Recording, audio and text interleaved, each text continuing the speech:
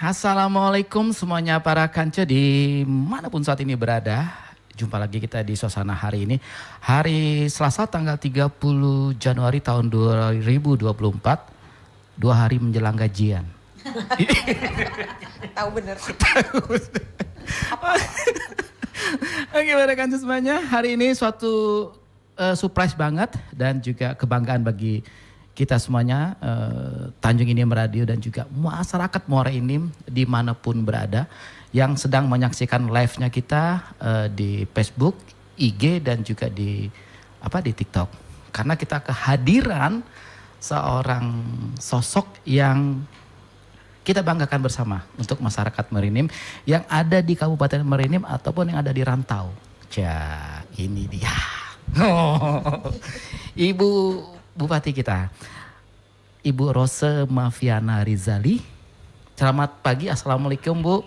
Assalamualaikum, selamat pagi. Masya Allah. Ini Bu, kita tadi sebelum kita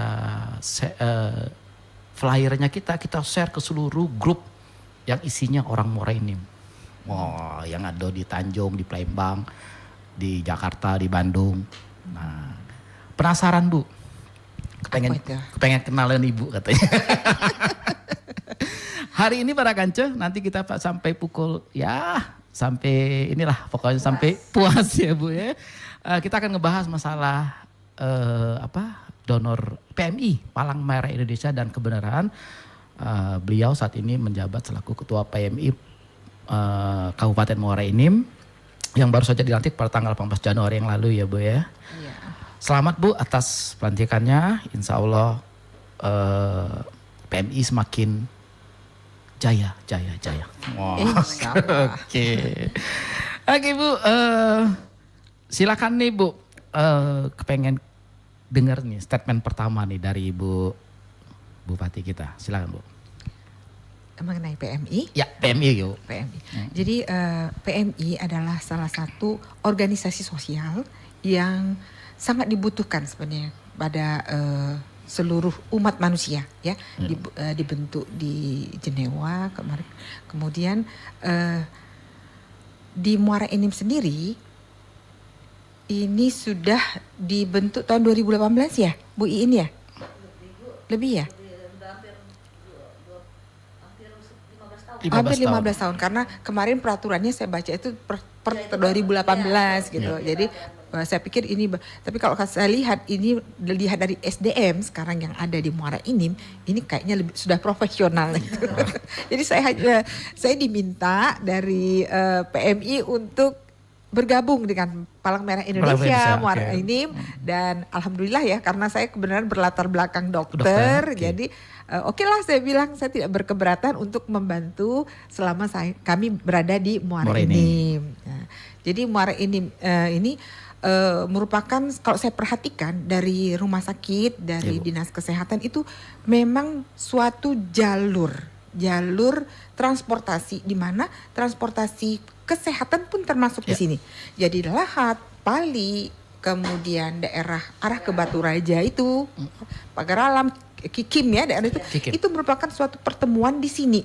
Dan kalau rumah sakitnya, saya melihat rumah sakit di sini sudah cukup baik, komplit untuk spesialisnya, sehingga kalau memerlukan bantuan darah pun biasanya mereka ke sini. Itu yang jadi masalah. Ke Muara Enim Bu. Iya. Jadi kita memang kebenaran saya lihat di sini sumber daya manusia baik pendonor maupun SDM yang bertugas di PMI memenuhi syarat untuk hal itu.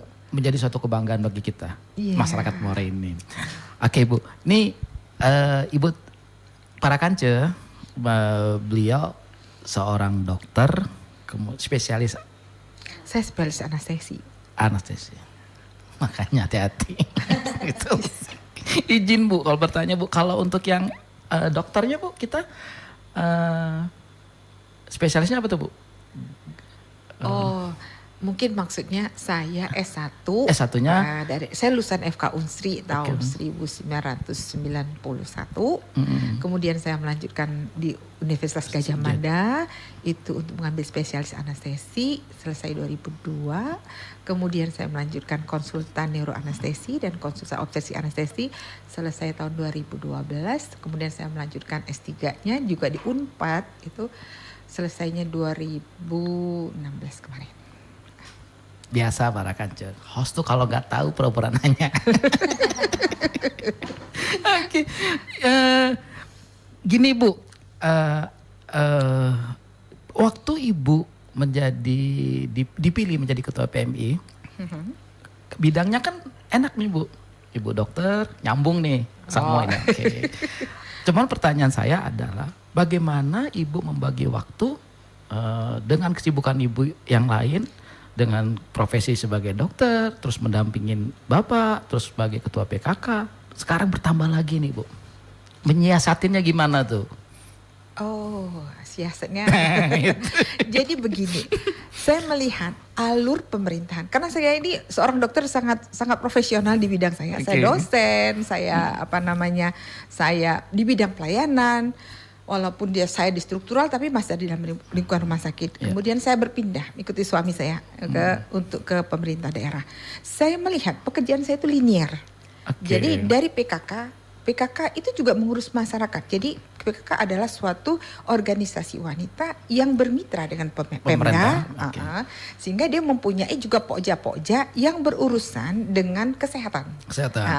Jadi kesehatan di lain UMKM, keagamaan dan sebagainya, ada pokja 4 tentang kesehatan. Kesehatan di sini kita juga mengurus tentang ibu hamil, perdarahan dan sebagainya. Nah, sampai bencana alam juga ada di sana, bantuan segala macam. Itu saya sinkronkan aja. PMI adalah salah satu daripada bagian daripada ke masyarakat yang mengurus tentang masalah kesehatan. Salah satunya donor. Jadi mereka hanya bagian kecil daripada kegiatan saya sehari-hari gitu. Berarti Bu justru memperkuat Bu ya? Iya, memperkuat. Memperkuat lahan beramal. Bukan itu saja. Jadi memperkuat juga pengetahuan saya mengenai bagaimana suatu pemerintahan itu dibentuk. Bahwa kita tuh tidak bisa sendiri-sendiri, harus bersinergi. PMI, Dinas Kesehatan, pemerintah, nggak bisa. Masing-masing nggak bisa. Kalau nggak bakal beres di Muara Enim. Tambah siko Bu. Apa dia? Media Bu. Radio median.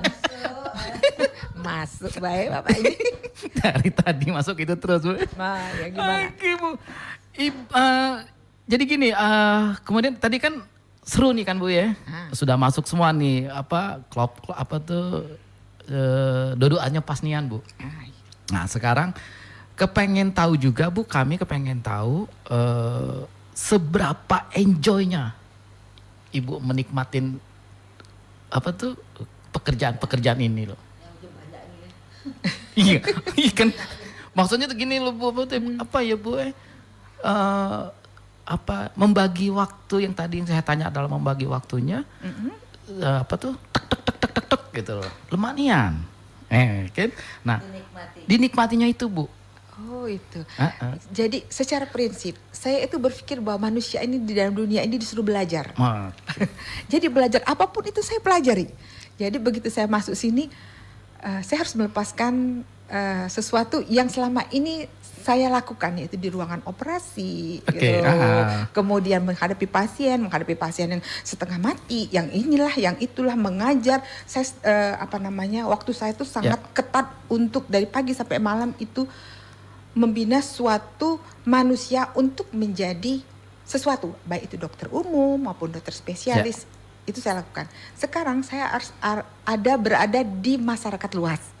Saya mempelajari, pertama sekali saya lakukan di sini adalah struktur daripada Muara Enim, baik itu petanya, kacamatanya, kelurahannya, dan kemudian saya memfokuskan lagi. Oh, kalau Belida itu masalahnya di sini. Kalau Semendo ini masalahnya di sini. Oh, kalau kita ingin mendidik UMKM di sini, ini loh produksinya. Jadi setiap hari saya akan melihat sesuatu yang baru dan saya menikmati saja ya. supaya kita tidak stres gitu. Jadi saya bertemu dengan orang-orang baru, bertemu lagi dengan pekerjaan baru, dengan makanan yang baru, itu aja. Jadi memang dunia itu ya begitu. Jadi Allah memberi saya waktu untuk belajar dan menikmati apa yang sudah digariskan buat saya. Oke. Para Kance, kenapa saya bertanya seperti itu sama beliau? Karena maaf nih, biasanya nih narasumber yang kita undang ke sini, saya butuh waktu 10-15 menit untuk bisa cair. Tapi dengan beliau tidak sampai 5 menit. Itu loh Bu, pengen belajarnya. Oke Bu, sekarang kembali ke PMI Bu. Tahun 2024 ini Bu, apa nih Bu rencana yang akan PMI Muara Enim lakukan Bu? Jadi tahun 2024 ini kan saya baru dilantik, itu baru belum nyampe sebulan. 2 minggu tuh, Baru 2 minggu. Jadi saya sudah menanyakan bagaimana rencana ke depan ya. Kalau laporan dari tahun belakangnya saya melihat gambar-gambarnya, picture-nya, kemudian kegiatan-kegiatannya. Kemudian tahun 2024 ini ternyata dari tim itu sudah merencanakan untuk membuat Desa Siaga Darah. Desa Siaga Darah. Oke. Itu nanti di seluruh kecamatan yang ada di Muara Enim Bu ya? Enggak, kita pilih ya, sudah dipilih. Rencana awal untuk tahun 2024 ini ada 40 desa yang jadi proyeknya dulu. Proyeknya kita. 40 desa. Pilot proyeknya. Iya, yang akan dilaksanakan di tahun 2024. Paling jauh? Paling jauh mungkin masih terjangkau di Semendoh lah ya. Oh Semendoh ya. Apa Bu dasarnya desa dijadikan desa? Jadi gini, proyek Desa Siaga Darah ini bahwa seperti yang selama ini kita tahu bahwa UDD setiap tahunnya butuh sekitar 5.000 paling sedikit kantong darah. Dan kita punya yang bisa kita simpan di UDD cuman darah PRC. Sedangkan masyarakat atau pasien dia ada butuh yang darah segar dan trombosit. Dan ini tidak bisa diambil dari stok yang ada. Jadi dia harus dari pendonor langsung. Nah, salah satu tujuan dari Desa Siaga Darah adalah kita mendata, nanti tim PMI dan UDD mendatangi desa yang sudah ada nama-namanya. Kita periksa darah mereka, semua golongan darahnya apa, resusnya apa. Nanti kita data itu. Kita data namanya, umurnya, antara 20 sampai 45 tahun umurnya Bu. Yang kita rencanain 20 sampai 45 tahun. Sudah semua data, nomor HP, nah ini kita simpen. Jadi ketika pasien membutuhkan darah, terutama darah trombosit dan darah segar, maka kita menghubungi mereka. Itu salah satu. Untuk darah yang stok kita, itu untuk PR kita ada. Kalau awal-awal ini kita masih cukup banyak, nanti butuhnya ketika sudah masuk bulan puasa. Itu salah satu untuk Desa Siaga Darah dan insya Allah akan segera dimulai. Nah itu Desa Siaga Darah di Indonesia, apa di seluruh Indonesia? Ya, sebenarnya itu sudah program dari PMI pusat dan untuk Muara Enim insya Allah baru dijalankan 2024 ini. Tapi rencananya itu sebenarnya sudah 2023, mungkin masih belum terlaksana. Insya Allah 2024 ini kita mulai action. Masya Allah, keren. Ini desa pilihan kita Desa Tegal Rejo. Tegal Rejo. Tegal Rejo. Ditanya ini. Salah satu Lawang Kidul, karena dia lumayan dekat ya dengan Muara Enim dan penduduknya banyak. Jadi penduduknya banyak. Jadi dipilih itu ya, dasar pemilihannya. Yang pertama. Yang dekat. Jadi mungkin warga Desa Tegal Rejo sekalian kami memberikan informasi bahwa desa Anda terpilih untuk sebagai pilot project PMI terhadap Desa Siaga Darah. Jadi Desa Siaga Darah nanti kami minta camatnya, Pak Desanya, puskesmasnya itu PMI ya PMI yang kita meriksa golongan darah. Nah, PMI kecamatan untuk memeriksa golongan darah sehingga kita data golongan darah apa saja mereka di sana. Sehingga kalau terjadi sesuatu masalah, misalnya dibutuhkan darah segar atau darah komponen yang tidak bisa disimpan, itu kita bisa mengambil dari desa itu. Ibaratnya on the spot, Bu. Iya, begitu. On the spot. Jadi bisa ada kecelakaan, ada apa yang membutuhkan namanya kan kita daerah perlintasan ya. Benar, Bu, benar. Apalagi bulan puasa, lebaran, tahun baru itu benar, biasanya banyak sekali hal-hal itu. Sementara simpanan darah, stok darah kita itu kan tidak selamanya tuh sama. Bulan ini kita banyak ya darahnya ya Bu Iin ya. Aman ya. Aman. Dokter Dokter itu mengatakan bahwa PRC kita itu sampai berapa? Kemarin saya lihat kulkas kita penuh tuh Bu. Berapa? Per hari ini 80-an Bu. 80 stoknya ya. Ya, alhamdulillah kami mengucapkan terima kasih ya. Yang sudah jadwal 5 lapangan lagi Bu, 5 perusahaan. 5 perusahaan lagi. Untuk minggu ini? Mulai Februari. Oke, mantap. Ya, terima kasih ya Pak buat semua pendonor yang sudah memberikan setetes darahnya kepada pasien-pasien yang membutuhkannya, karena darah setetes itu adalah kehidupan buat mereka. Iya, benar sekali Ibu. Masya Allah.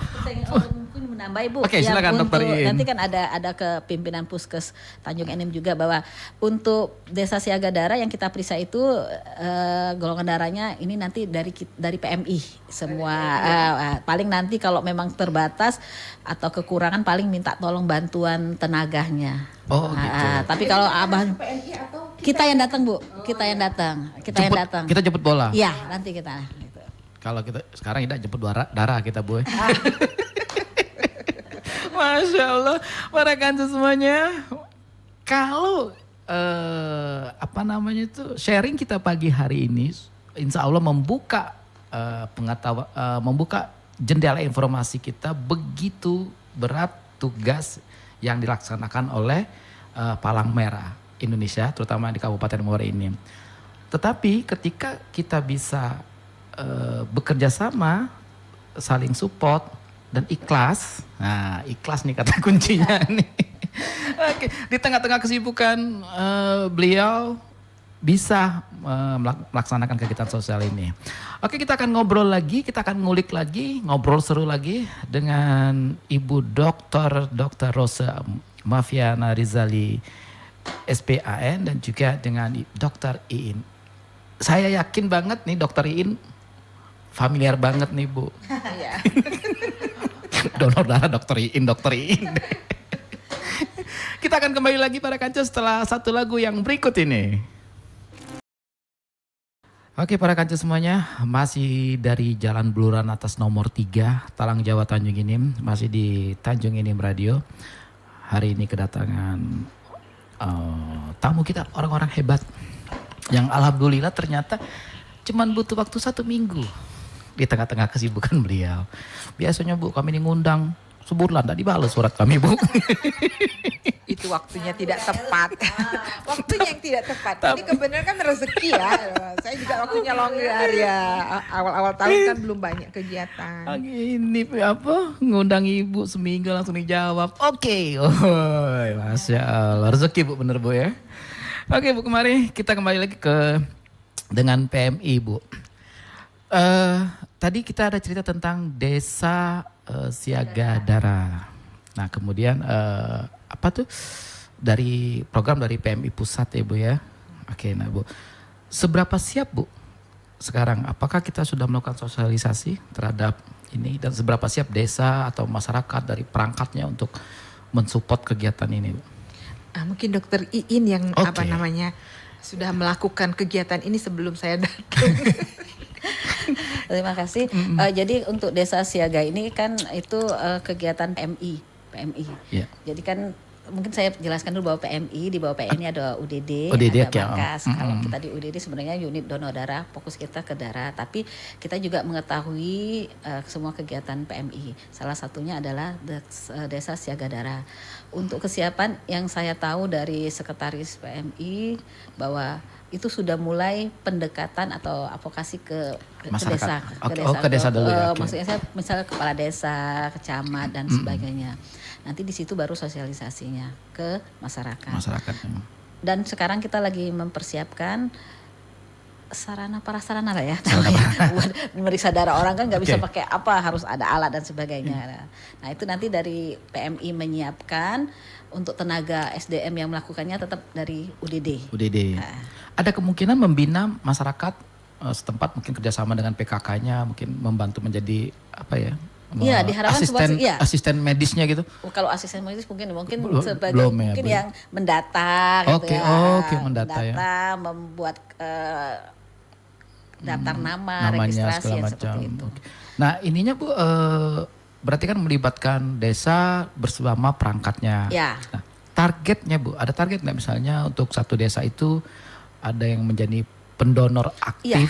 Nah, jadi kan salah satu syarat itu adalah usia 20 sampai 45 tahun. Dan nanti sebelum kita periksa golongan darahnya, kita juga ada semacam edukasi dan kesiapan mereka.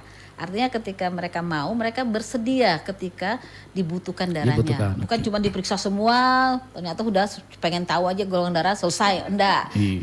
Sebelum kita periksa, mereka juga harus berjanji bahwa mereka bersedia menjadi relawan darah itu tadi. Menjadi relawan darah. Masya Allah. Kalau kita butuh stok di PMI kosong, stok di UDD kosong, mungkin kita bisa hubungin. Dan mereka bisa mau. Dan Ibu mungkin saya juga kasih tahu untuk di Tanjung Enim ini luar biasa Ibu, mereka animonya punya yang namanya, kan mereka ada Tanjung Enim apa tuh yang masyarakat rutin mengadakan donor darah. Selain itu mereka ada relawan yang antar jemput Bu. Kemarin sempat berfoto dengan Ibu kayaknya. Jadi mereka ini Bu ya. Mereka ini ada namanya, mereka bikin nama grup WA relawan. Jadi nggak ada nama tapi mereka buat grup WA relawan. Jadi misal nih Bu, dari mereka masyarakat punya malam-malam butuh darah. Nah ini orang ini Bu, nanti mereka relawan ini yang menjemput si pendonor di rumahnya, biarpun jam 2 malam. Nanti mengantar ke UDD, dari Tanjung Enim mengantar ke PMI Muara Enim. Nanti selesai mereka antar lagi Bu. Jadi luar biasa, itu kemarin sudah kita rencanakan mungkin tahun 2024 mungkin kita kasih penghargaan khusus Bu, mungkin sekedar piagam atau apa, karena kemarin mereka belum tersentuh namanya karena mereka cuman dari belakang Bu, artinya Bu, karena mereka tuh yang antar jemput. Tapi luar biasa Bu, kebetulan ada yang saya kenal perempuan Bu, ini siap. Jenny itu kadang-kadang di jam 2 malam Bu, perempuan Bu jemput pendonor nganter ke Muara Enim, nanti dia balik lagi nganter lagi. Selamat pagi untuk Jenny. Nanti ini rencana kita mau dikasih penghargaan khusus lah Bu, karena kemarin belum tersentuh karena kita juga baru tahu kemarin ternyata mereka punya relawan yang khusus antar jemput Bu. Kalau nggak salah yang cowoknya Anto apa siapa itu ya? Pak Farid Farid. Beliau sudah kita undang Bu ke sini. Cuman mereka sempat ngobrol, dia bilang, "Kak, kami ini jangan kami ikhlas gitu loh Bu maksudnya." Nah akhirnya aku kasih tahu mereka, "Ida, Joko, gerakan kamu nih bagus, kalau kami undang akan menginspirasi banyak uang." Harapnya 2024 bukan cuma Tanjung Enim, Kecamatan Lawang Kidung yang punya itu. Karena di kecamatan lain kami berharap ketika sudah dilantik kemarin PMI kecamatan, nah kecamatan-kecamatan lain bisa punya seperti yang dilakukan oleh Tanjung Enim. Masyarakat Tanjung Enim itu Bu, mereka setahun tuh 2 kali melakukan. Nah kita berharap cukup sekali aja dulu mereka Bu, yang kecamatan lain melakukan hal yang sama seperti yang sudah terjadi di Lawang Kidul. Mudah-mudahan kalau nggak salah nama komunitasnya PKBTF ya. Forum Tanjung Enim, Forum Tanjung Enim Bersatu. Kemarin mereka itu sempat, saya juga bingung. Ini siapa? Ini kalian siapa? Kami relawan. Relawan itu relawan pakai WA Bu. Iya Bu. Nah, ada grup ya. Pakai WA. Golda saya itu belum nangkep kalau belum Dokter Iris. Oh begini ya maksudnya gitu loh. Karena kemarin kan pelantikan, jadi kan kita tidak terlalu fokus gitu loh. Ternyata mereka mempunyai suatu grup sendiri untuk relawan. Nah, saya sangat tertarik dengan relawan ini karena saya lihat di markas kemarin itu ada markas relawan itu. Saya bertanya sama dokter ini, saya kurang tahu Bu katanya. Itu bagaimana relawan itu? Enggak, saya sangat tertarik saya bilang dengan relawan ini. Bagaimana motivasi? Pasti ada sesuatu motivasi dalam diri mereka. Mengapa mereka mau menjadi relawan gitu? Benar Bu. Itu ada sesuatu psikologi sendiri gitu. Kalau kita tinjau dari kenapa mereka mau menjadi relawan.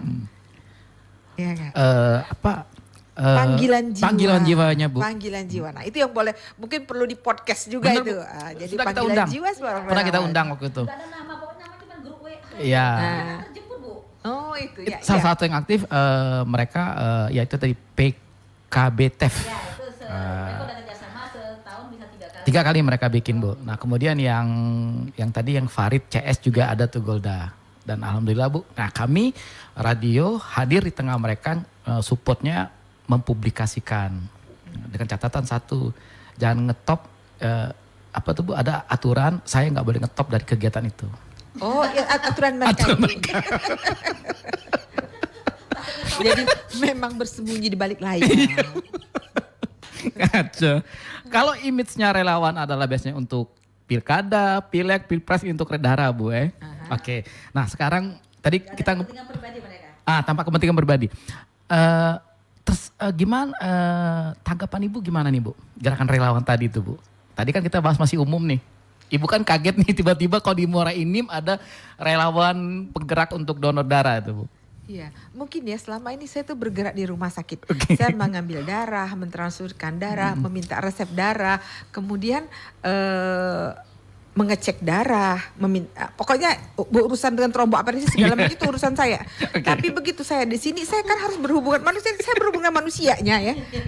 Ada relawan, ada ini markas Bu, ini tempat relawan.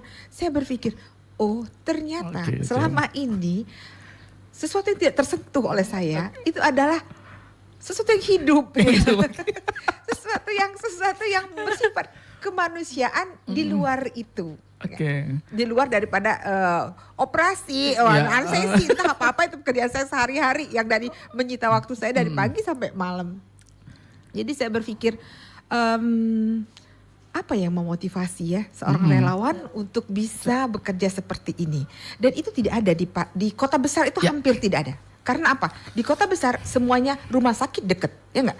Peralatan cukup, BPJS-nya. Tetapi di desa, saya sebagai ibu PKK dan sebagai PMI di sini, saya merasa ada sesuatu yang yang bisa kita lakukan untuk di desa, yang berbeda dengan di kota. Kota, iya. Ya, itu ya, jadi di sini saya harus mengajar ibu-ibu ini bagaimana tes IVA supaya dia datang. Yang ini ada relawan yang bisa mengantarkan sampai jam 2 malam. Itu sesuatu, buat saya itu sesuatu gitu. Ya. Sesuatu. Jadi sangat berbeda dengan hidup di kota besar. Kita beruntung ada di sini Bu. Iya, saya beruntung. Saya merasa beruntung saya ditugaskan karena Allah ingin membukakan mata saya bahwa Indonesia itu tidak seperti yang selama ini kita pandang di kota besar gitu. Karena image-nya selalu kota besar gitu ya. Bu, boleh tahu nggak nih Bu? Ya. Waktu SMA, Ibu tuh memang udah cita-cita mau jadi dokter apa jadi apa Bu? Kalau saya itu saya suka sekali dengan sesuatu yang berbau seni. Jadi saya tuh pengen jadinya desainer. Tapi tidak terbayang menjadi dokter? Enggak sama sekali. Dan saya ingin cita-cita saya tuh seperti itu gitu. Jadi tapi kemudian saya melihat bahwa seorang dokter itu ternyata yang masuk di sana itu selalu orang keren, orang pinter. Oh saya juga mau. Yang nyuruh Bu, yang nyuruh Ibu masuk ke dokteran siapa Bu? Orang tua, bapak, ibu, saudara atau pacar Ibu waktu itu? Saya sendiri. Saya sendiri, saya berpikir, oh kalau orang pinter-pinter itu semuanya masuk ke dokteran ya. Oh kalau begitu saya coba juga. Oh ternyata bisa masuk ke dokteran. Ya itu ternyata dokter itu suatu landasan kehidupan yang baik. Agama kita dapat di sana. Karena kita melihat kehidupan, kematian, sakit, dan semua keajaiban. Jadi saya bekerja di ICU, saya bekerja di ini. Saya tahu. Jadi kalau orang berbicara mengenai tauhid, ketuhanan, saya tahu bahwa saya melihat itu setiap hari. Saya melihat mikroba, saya melihat COVID, saya melihat semuanya saya lihat gitu loh. Jadi memang jadi seperti itu gitu. Kemudian dasar kemudian lagi untuk menjadi dokter adalah rasa kemanusiaan. Rasa kemanusiaan kita tuh tumbuh gitu. Melihat sesuatu seperti itu. Kemudian di dunia pendidikan kita bisa melihat macam-macam problem untuk mahasiswa. Bagaimana mereka menggapai cita-citanya. Nah itu semuanya bisa membuat suatu kepribadian tersendiri bagi seorang manusia gitu. Kok jadi serius banget ya kamu? Dokter ini saya melongo. Nah, psikologi nih Bu. Apodio itu. Ketemu Bapak di mana Ibu tuh? Di kuliah di kedokterannya apa di mana Bu? Jadi sebagai seorang anak kedokteran, saya itu selalu kutu buku dan saya tuh nggak pernah bergaul dengan orang gitu. Orang juga takut melihat saya. Ibu kedokteran, Bapak di? Bapak itu kuliahnya di Unpad. Nah, dia ini hubungan internasional. HI ya. Ya, HI. Saya di kedokteran Universitas Sriwijaya Palembang. Bu, Bu, kan Unsri. Siko di mana Bu? Di Unpad di Bandung. Itu ketemunya di mana tuh Bu? Maksudnya gini loh Bu, ini kan menjadi inspirasi kita. Berarti yang kita dengar sekarang itu LDR, pacaran jarak jauh, itu ibu sudah melakukan itu gitu loh maksudnya saat itu ya Bu ya. Gimana ya saya Sementara kan zaman itu Bu, maaf Bu, masih ke kantor pos ya Bu ya. Ya betul. Betul. Jadi suami saya, calon waktu itu, dia tuh pengen berkenalan dengan saya gitu. Jadi kebenaran waktu itu saya nggak jaga malam gitu, nggak jaga malam. Jadi dia kenalan ke rumah saya gitu. Diantar oleh tetangga. Nah itu kita ngobrol-ngobrol sudah ya udah gitu. Karena yang pengen kenalan dengan kita itu banyak. Bukan satu, jadi nggak begitu. Berarti Bapak kenal sama Ibu tuh setelah tamat kuliah, sudah koas apa maksud zaman masih kuliah tuh? Saya masih kuliah gitu, masih kuliah di FK gitu.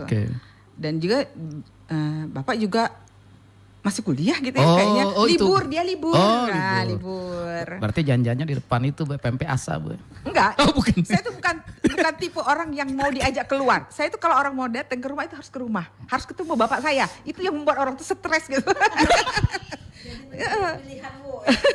Kalau yang datang ke rumah saya itu benar-benar mereka yang mental baja. Keren. Pasti dia penggemar Iwan Fals Bapak. Aduh, mau jadi jauh. Oke, Bu, kepengen tahu nih Bu, kalau PMI ini di bawah kepemimpinan Ibu, target apa nih Bu yang mau dicapai nih Bu untuk Muara Enim? Sebenarnya saya tuh hanya mengikuti alur saja ya, karena kami tahu kami PJ di sini. Nah, jadi PJ itu hanya punya batas waktu tertentu dan mereka sudah membuat target ini dari tahun 2023. 2023. 2024 sudah ada desa darah segala macam. Jadi kita hanya melanjutkan dan paling-paling kita melakukan kegiatan pelatihan. Karena di sini Palang Merah itu bukan cuma darah, ada pembinaan, ada Palang Merah remaja. Mungkin itu yang bisa kita lihat. Palang Merah remaja Bu ya, Palang Merah yang sekolah juga. Dan dia alhamdulillah Bu sepertinya di Muara Enim PMR aktif ya Bu ya. Aktif ya. Dan bencana juga. Untuk bencana. Nah kemarin yang kemarin saudara-saudara kita tertimpa bencana banjir, seberapa aktifnya PMI? Terjun atau gimana? Terjun langsung ya. PMI itu ada relawan. Jadi seperti kemarin kebakaran itu mereka langsung tahu informasi. Itu kan semuanya ada WA grupnya ya.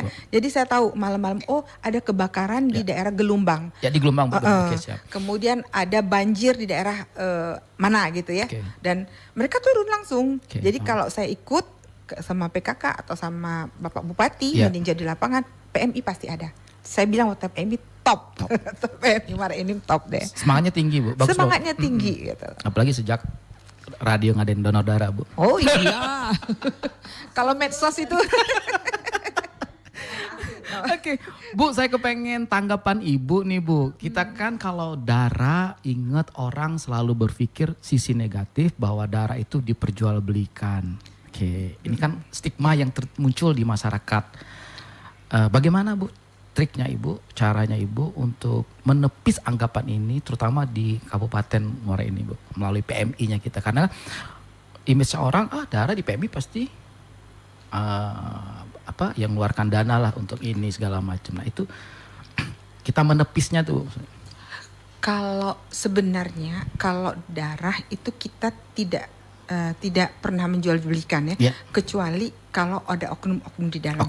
Tapi yang kemudian menjadi butuh dana itu adalah kantong darah. Kantong darah, karena kantong darah itu spesial dan dia ada pengawetnya, ada segala macam lah di situ ya. Itu yang biasanya harus dibayar oleh pasien atau oleh BPJS gitu. BPJS sangat membatasi ya Bu Iin ya untuk jumlah yang diberikan kepada pasien. Dan biasanya mereka tidak bayar untuk itu. Tetapi di luar itu misalnya butuh 12 kantong darah dalam satu waktu karena perdarahan. Nah, itu yang menjadi karena bisa ditanggungannya sekian, sisanya itu ya kita nyarinya di mana. Nah, itu biasanya kalau di PAMI sudah nggak ada, kita biasanya meminta kan. Pokoknya cari keluarga yang bisa donor saat ini segini untuk pertolongan darah selanjutnya. Itu biasanya mainnya di sana dan kita biasa nggak ikut-ikut. Nah, karena kita kan di dalam gitu. Cuman kita minta darah itu harus ada 6 orang lagi. Bagaimana caranya? Karena darah stok di PMI hanya 4. Siap. Gitu. Karena jadi habis sudah ini. Benar. Karena kan stok darah turun naik semua rumah sakit yang kita layanin. Itu yang biasanya suka jadi permainan di belakang. Kita tidak tahu bagaimana cara menanggulanginya karena kita sudah sibuk membantu pasien.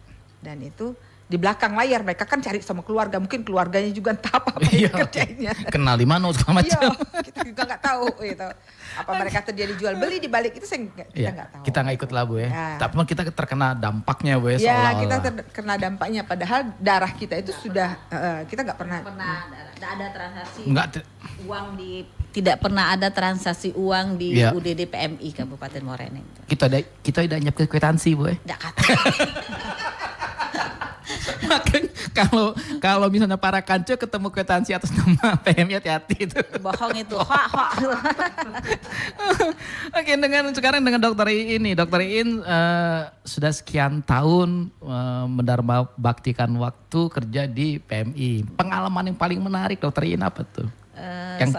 Yang tadi kan ada relawan yang tengah malam segala macam itu.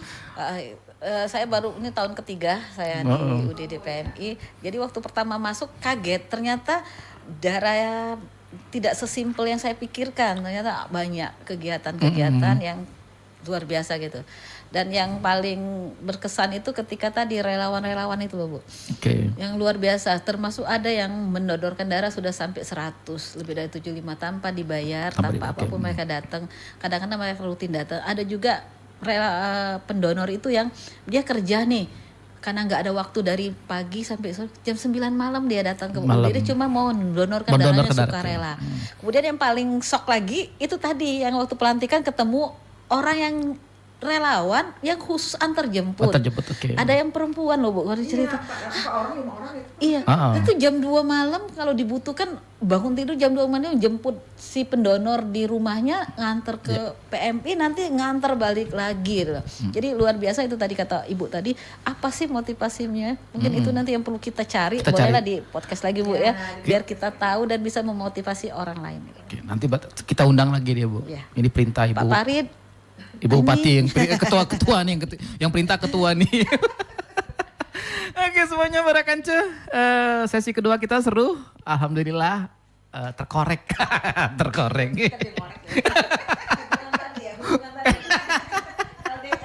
LDR segala macam, ternyata ibu kita benar-benar inspirasi bagi kita semua di tengah kesibukan beliau, belajar segala macam dan juga tetap menjaga keharmonisan. Oke, para kanjeng semuanya jangan kemana-mana. Kita akan kembali setelah satu lagu yang berikut ini. Yes, para kanjeng semuanya, di sesi terakhir ini kita ngobrolnya agak sedikit melemah. Habis tenaga. Tadi kita lagi ngegas nih yang tadi itu. Para kanjeng semuanya, acara ngobrol ini kita tayangkan biasanya setiap Senin sampai dengan Jumat. Jam 2 jam 4, namun hari ini kita spesial karena kita harus menyesuaikan jadwal dengan narasumber kita. Suatu kebanggaan hadir Ibu Ketua PMI Kabupaten Morenin dengan Ibu Dr. Rose Mafiana Rizali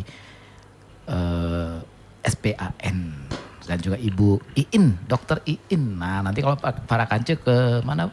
Ke UDD pasti ketemu terus nih sama dokter nih. Kalau dengan Ibu Ketua janjian. Oke, dengan Ibu Ketua PMI Muara Enim nih Bu. Bu, ada rencana, apa nih Bu rencana ke depannya? Tadi kita ada apa tuh Bu? Desa siaga donor darah. Kemudian kita juga apa tuh Bu? Rutin melakukan kerjasama dengan kecamatan segala macam juga PT-PT. Nah Bu, pengen tahu Bu, untuk pembinaan nih Bu ya, ke adik-adik kita di PMR, kemudian juga ada PMR yang di sekolah. Mereka ada, kalau nggak salah kita mau ini ada persatuannya juga dia. Ada Pembinanya. Nah, seberapa besar nih Bu konsennya PMI Muara ini terhadap adik-adik kita nih Bu? Kalau saya lihat dari pelaporan itu mereka tuh melakukan pembinaan tuh pada hari-hari libur, Sabtu, Minggu biasanya ya, untuk mereka Palang Merah Remaja, yang diharapkan Palang Merah Remaja ini akan membangun rasa kemanusiaan dalam diri mereka. Jadi rasa sosialnya itu dibangun sejak dini. Mereka akan diajari bagaimana membuat tandu. Bagaimana menolong kecelakaan pada kondisi mereka berada, upacara kan sering sekali upacara, pingsan, entah jatuh, entah kecelakaan, itu diharapkan seorang Palang Merah Remaja itu sudah mempunyai konsep untuk menolong dalam dirinya dengan cara yang benar. Jadi dari sekolah dibina, kemudian dari PMI dibina, dengan harapan mereka nantinya menjadi penerus kita. Iya. Oke, kira. Apa nih Bu rencana? Kalau boleh tahu nih Bu, rencana aja. Award yang akan seandainya nih mereka nih rutin nih Bu, ngadain kegiatan segala macam dari PMI-nya sendiri, award apa yang akan diberikan ke adik-adik kita itu? Jadi mereka ini punya program kabupaten, provinsi dan nasional sendiri. Jadi memang kalau yang terbaik kita kirim ke provinsi, dari provinsi akan ke Jambore Nasional. Nah, itu yang ini ya. Jadi dari kabupaten sendiri pasti ada pertandingannya yang akan menyeleksi mereka untuk dikirim gitu. Yang terbaik lah kan nanti. Ya, yang terbaik lah. Kalaupun dia belum baik kita bina, biasanya di Bedegung ya. Bedegung. Di Bedegung ya. Jadi rupanya luas dan suasananya itu memungkinkan ya untuk pelatihan gitu. Jadi mereka sekalian refreshing. Ya, dekat dengan alam lah. Oke, benar. Bu, kepengen tahu di Ibu baru sebulan ya Bu ya? 2 minggu. Oh 2 minggu. 2 minggu. Gaya banget sebulan.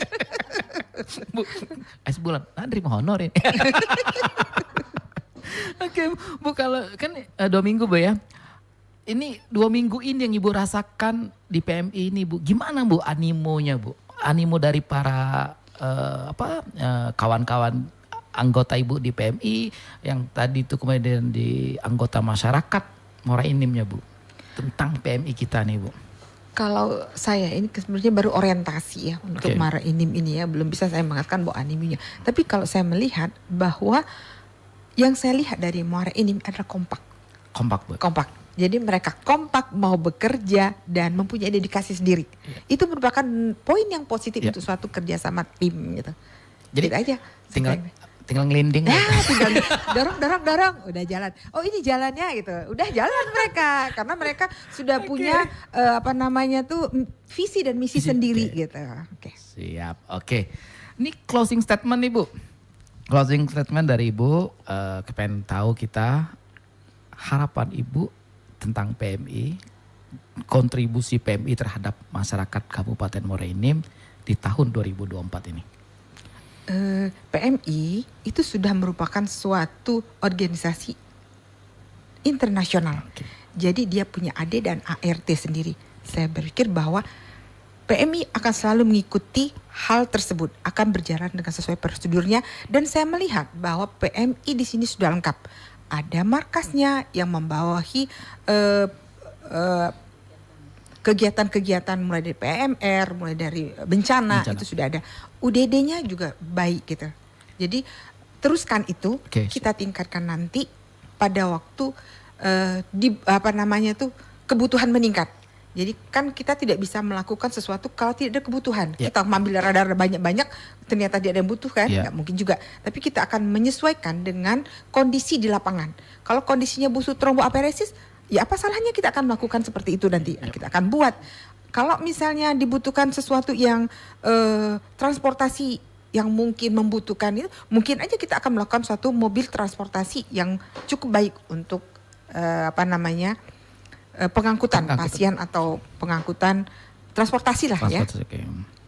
Tapi yang jelas saya melihat bahwa untuk donor darah UDD di Kabupaten Muara Enim ini adalah yang terbaik yang pernah saya lihat ya. Jadi ada kesadaran masyarakat luas bahwa setetes darah adalah kehidupan bagi sebuah nyawa. Oke, sip. Ya.